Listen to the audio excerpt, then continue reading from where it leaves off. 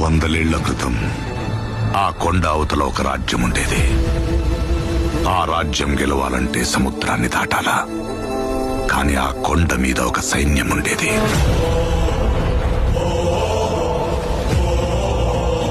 దేశం జల్లెడపట్టి రాజు తెచ్చుకున్న సైన్యం.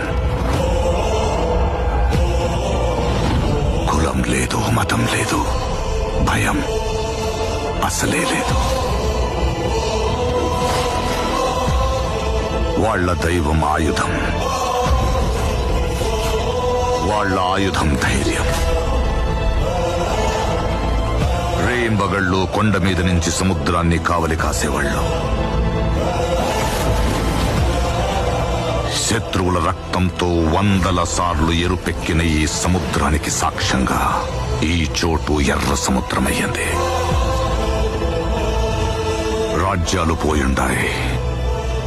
ఏడనుంచో వచ్చిన తెల్లదొరలు దేశ సంపదనంతా సముద్రం గుండా దోచుకుపోతుంటే చూస్తూ ఉండలేకపోయింది ఈ సైన్యం. ఈ సైన్యం దేశం కోసం ఏదైనా చేసే ప్రాణాలు కదా సామే. సముద్రం ఎక్కి వాళ్ల నౌకల నుంచి తిరిగి దోచుకుని ఈ దేశానికి పంచి